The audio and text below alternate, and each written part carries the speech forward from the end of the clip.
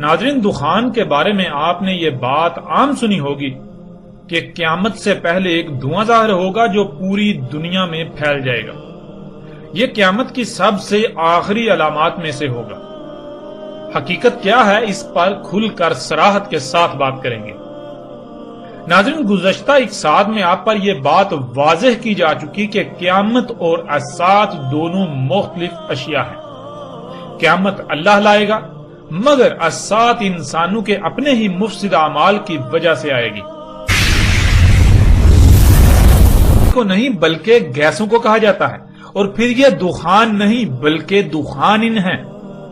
یعنی آپ سکرین پر نظر آنے والی قرآن کی اس آیت میں بھی دیکھ سکتے ہیں کہ لفظ دخان کے نون کے نیچے دو زیریں ہیں، اور عربی کا اصول ہے کہ جب بھی دو زیریں استعمال ہوتی ہیں تو پھیلاؤ آتا ہے، یعنی جمع کا صیغہ بن جاتا ہے، اور اس کے برعکس دو زبریں سکڑپن پیدا کرتی ہیں۔ اس آیت میں آپ کے بالکل سامنے ہے کہ لفظ دخان کے نیچے دو زیریں ہیں، جس سے یہ لفظ جمع کا صیغہ بن جاتا ہے، جس کے معنی ایک سے زیادہ گیسوں کے ہیں۔ کائنات میں نہ صرف یہ قانون ہے بلکہ یہ اٹل حقیقت ہے کہ جیسے جیسے درجہ حرارت کم ہوتا ہے تو گیسیں سکڑ کر منجمد ہوتی ہیں، جو کہ ٹھوس یا مائع حالت میں مادے کی صورت اختیار کرتی ہیں، اور جیسے جیسے درجہ حرارت بڑھتا ہے تو وہ مادہ ٹھوس یا مائع حالت میں ہو، اس کے مالیکیول کے بانڈ ٹوٹ کر دوبارہ گیسوں میں تحلیل ہو جاتا ہے۔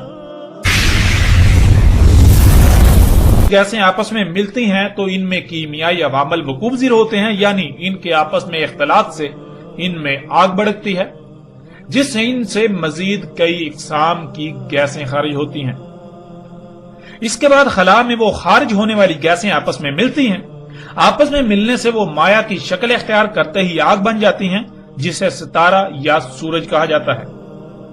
وہ آگ کا گولا اس وقت تک جلتا ہے جب تک کہ اس میں موجود تمام گیسیں الگ الگ ہو کر فضا میں نہیں بکھر جاتی اور پیچھے ٹھوس مادے کی شکل اختیار نہیں کر لیتی۔ اللہ سبحانہ وتعالی نے قرآن کی سورہ دخان میں بھی ذکر کیا۔ سورہ دخان میں بھی اللہ سبحانہ وتعالی نے زمین و آسمانوں کی تخلیق کو محور بنایا، اور پھر زمین و آسمانوں کی تخلیق جو ان کی پیچیدگیاں ہیں ان کا ذکر کیا۔ یہ بات واضح کی کہ اللہ سبحانہ وتعالی نے زمین و آسمانوں کو کس طرح خلق کیا۔ اگر تم ان میں پنگے لوگے، ان میں چھیڑ چھاڑ کرو گے تو پھر نتیجہ کیا نکلے گا، اسی کا اللہ سبحانہ وتعالی نے سورہ دخان میں ذکر کیا۔ اس سے پہلے کہ ہم بات کریں باقاعدہ سورہ دخان کی آیات پر، ہم یہ بات جان لیں، ہم غور و فکر کریں کہ کیا آج یہ سب کچھ نہیں ہو چکا؟ کیا انسانوں نے فطرت کو رب بنانے کی بجائے، فطرت پر توکل کرنے کی بجائے، اپنی ضروریات کو پورا کرنے کے لیے فطرت پر انحصار کرنے کی بجائے، فطرت پر توکل کرنے کی بجائے خود سے سب کچھ خلق نہیں کیا؟